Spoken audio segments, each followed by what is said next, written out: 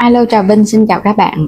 Hôm nay thì mình chia sẻ một cái món bánh da lợn lá dứa nè với nhân đậu xanh. Cách làm này thì bánh dai giòn, thơm lá dứa và béo ngậy từ nước cốt dừa. Bánh để sang ngày ăn vẫn ngon luôn. Bây giờ mời các bạn cùng xem video nha. Ở đây là mình có 100g đậu xanh khô ha, ngâm nở, sau đó thì mình cho nước vào để nấu cho nó chín. Ở đây là mình có lá dứa tươi sắc ra. Các bạn sẽ xay ra cho nó nhuyễn á, cái mình lọc mình lấy cái nước cốt lá dứa. Bột thì mình dùng 50g bột gạo, mình dùng bột gạo lọc nha, và 150g bột năng là một chén á. Đường là 120g, thêm chút muối cho bánh nó ngon. Nước lá dứa xay ra xong thì mình dùng 400ml ha, chọn cái lá dứa già nó sẽ thơm. Rồi bây giờ pha bột màu xanh trước, 50g bột gạo, 150g bột năng cùng với muối.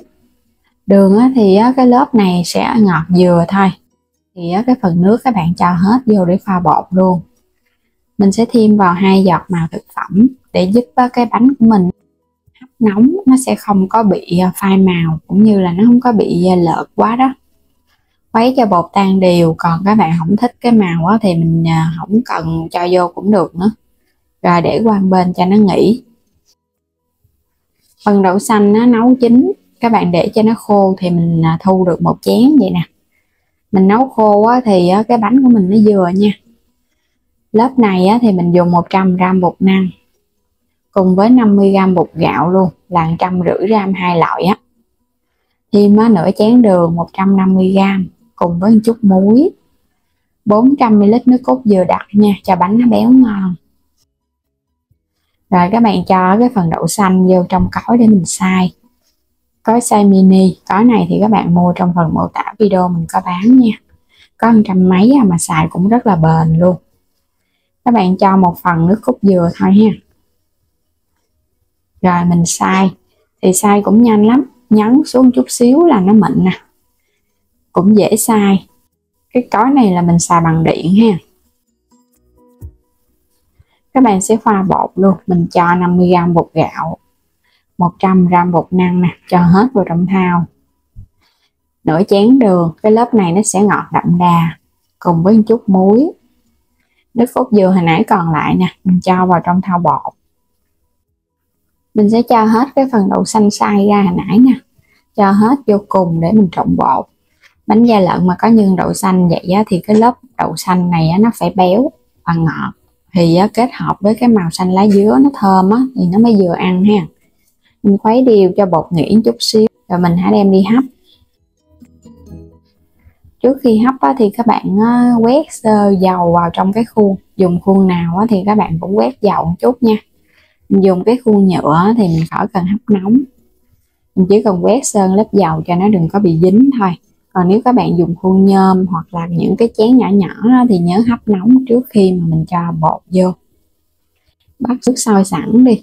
Bây giờ mình sẽ cho một lớp ở bên dưới là cái lớp lá dứa nè, một lớp mỏng thôi. Khuôn này là khuôn bánh lăng hấp được nhiệt, nên là các bạn cứ yên tâm mà hấp ha. Mình cho hết vô xong rồi bây giờ bắt lên trên bếp để hấp. Các bạn nhớ hấp lửa lớn, tính từ lúc nước sôi là mình hấp cái lần này 5 phút là nó vừa. Trước khi hấp thì nhớ khuấy đều bột lại một cái. Đủ 5 phút là được rồi. Mình mở nắp ra nè. Bây giờ thấy cái lớp nó đặc thấy cái trên mặt bột nó đặc. Mình sẽ gót tiếp cái lớp đậu xanh ở giữa. Lớp đậu xanh này là mình sẽ cho gấp đôi lượng bột so với cái lớp lá dứa để mình làm phần nhân nhân ở giữa nó sẽ dày hơn. Gót vô hết những cái khuôn luôn ha, rồi cái mình đậy nắp lại mình hấp tiếp.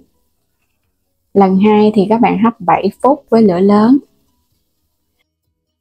Đủ thời gian là bột nó đặc Các bạn cũng đừng có hấp mà nó dư quá, dư thời gian quá thì lớp nó dễ bị tách lắm. Mình xem chừng thấy cái lớp nó đặc là mình cho tiếp cái lớp kế lên được rồi. Cuối cùng là một lớp lá dứa nữa. 2 lớp lá dứa nó sẽ bằng nhau, và một lớp đậu xanh nó sẽ gấp đôi lớp lá dứa. Gót hết xong rồi các bạn sẽ hấp 15 phút với mức lửa trung bình cho bánh nó chín. đủ thời gian á, là bánh nó chín này. Tổng cộng là mình gót 3 lớp. Các bạn thấy á, cái bột nó trong veo vậy là nó chín này ha. Thơm mùi lá dứa quá chừng luôn. Bánh á, các bạn lấy ra thì mình nhớ chờ để cho nó nguội chút xíu ha, mình lấy ra khỏi khuôn nó mới dễ. Còn á, mà bánh còn nóng á, lấy ra nó dễ bị dính lắm, mà bột nó mềm nữa. Bánh da lợn nhân đậu xanh lá dứa, một món bánh truyền thống, vừa ngon vừa dễ nè, mà mình để sang ngày ăn vẫn ngon luôn, chứ nó không có bị cứng đâu. Đặc biệt á, là cái lớp bột mình pha kiểu này á, nó dai giòn sực sực luôn, ăn ngon mà béo béo nữa, thơm mùi lá dứa, càng tăng thêm cái hương vị ngon cho bánh. Nó nguội á, thì mình lấy ra nó dễ như nè, nó tróc lóc à. Các bạn gỡ ra hết luôn ha. Còn nếu mà mình ăn sang ngày á, thì cứ để yên ở trong cái khuôn đi, qua ngày mai hãy gỡ ra. Tại vì gỡ ra các bạn sợ cái tay nó hôi tay thì bánh nó cũng không ngon. Mình gỡ ra hết luôn. Thì có mang bao tay á, thì nó cũng không có hôi bánh đâu. Rắc lên trên bánh một ít mè rang nữa cho nó thơm nè. Một chút ăn vô á, nó có cái mùi mè giòn giòn á, kết hợp với đậu xanh béo béo nữa. Bánh da heo hay là bánh da lợn, cái màu lá dứa các bạn chọn lá dứa già thì nó sẽ đậm và thêm chút xíu màu thực phẩm, để khi mà mình hấp nóng á, nó giữ được cái màu đẹp, nó không có bị sậm lại á. Nhìn bánh ngon quá chừng ha. Bột đơn giản vậy thôi, không có cần phải lấy trùng bột cầu kỳ gì hết, mà ra bánh vẫn ngon, đúng cái hương vị ngày xưa. Còn nếu mà các bạn không có thích hấp những cái khuôn nhỏ nhỏ thì mình đổ vào trong khuôn lớn mình hấp một lần luôn cũng được nữa. Thời gian hấp khuôn lớn thì nó gấp đôi khuôn nhỏ. Đây mình cắt ra nhìn ngon quá ha. Nhưng ở giữa nè, hai lớp bột lá dứa nó phủ đều, bột rất là dai, dai giòn và thơm nữa. Đó, các bạn thấy cái bánh da lợn là phải dai dai vậy nè, ăn nó mới ngon. Còn bánh da lợn mà nó mềm quá, kết hợp với nhân đậu xanh nó mềm nữa thì ăn nó không ngon. Nhân thì nó hơi mềm mềm, nhưng mà lớp lá dứa là phải giòn, dai giòn và khô ráo, chứ không phải là nó bị ẩm ướt đâu.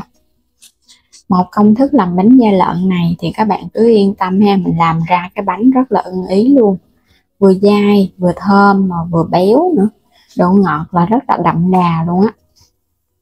Bây giờ thì cảm ơn các bạn đã theo dõi hết video nha. Vui lòng đăng ký kênh ủng hộ mình và mua thêm các sản phẩm ở trong kênh ủng hộ mình nha. Xin chào tạm biệt và hẹn gặp lại các bạn ở những video tiếp theo.